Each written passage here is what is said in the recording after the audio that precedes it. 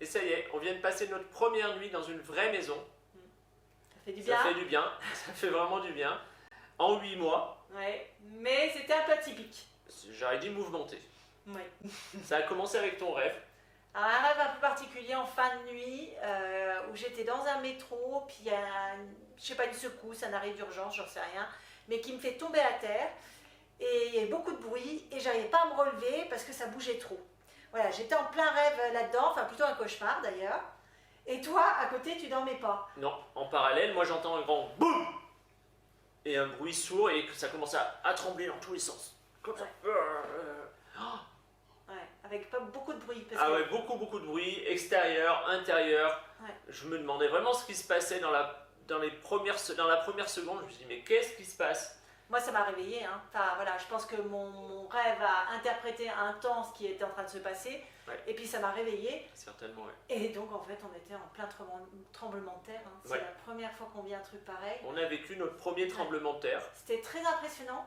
Magnitude 4,5, on nous a dit, parce qu'on a envoyé des messages après au propriétaire qui nous a bien expliqué que c'était quand même un bon tremblement de terre, quand même. 4,5, ça commençait à bien trembler. Bien secoué, mais Bien par secoué. contre, mais par contre pas dangereux. Non.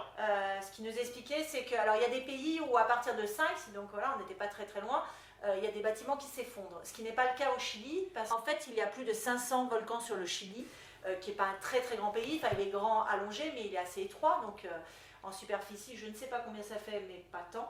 Mais par contre, il y a 500 volcans dessus qui sont plutôt habitués au mouvement, on va dire. Et donc, toutes leurs constructions sont conçues antisismiques. Exactement, oui.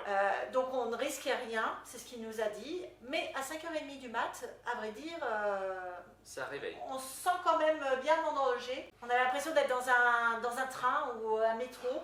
Vraiment, parce que ça faisait un bruit. C'est difficile à décrire, c'est vraiment difficile à décrire. Ouais. Et puis, on se sent petit quand même, on se dit la nature est quand même assez puissante pour réussir à faire ça.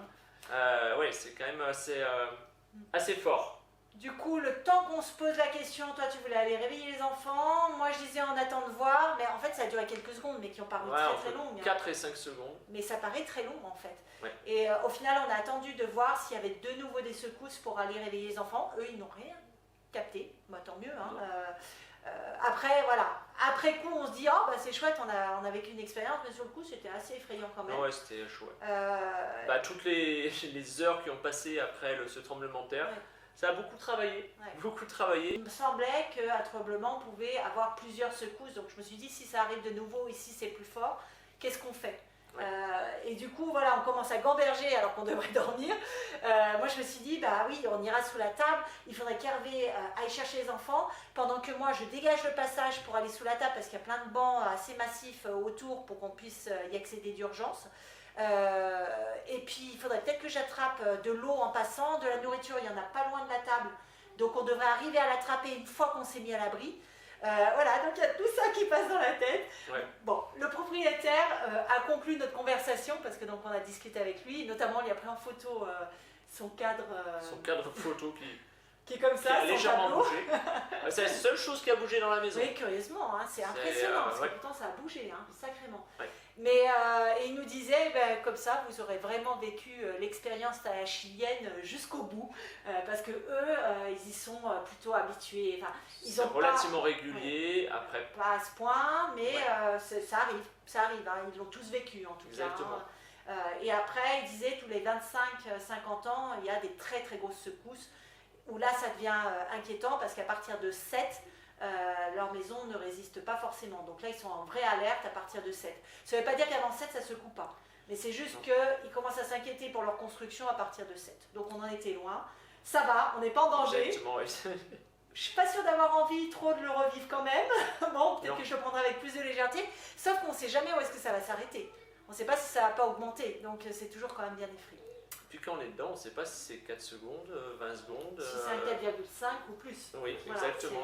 Donc, si ça va monter en puissance ou pas. Enfin, c'est fait. C'est fait, check. Bon, maintenant, qu'est-ce qu'on va vivre? Une éruption volcanique? Mais de loin. de loin, si possible. Bon, on essaye de vous avoir des images d'une éruption volcanique. À la prochaine fois, je prends mon téléphone.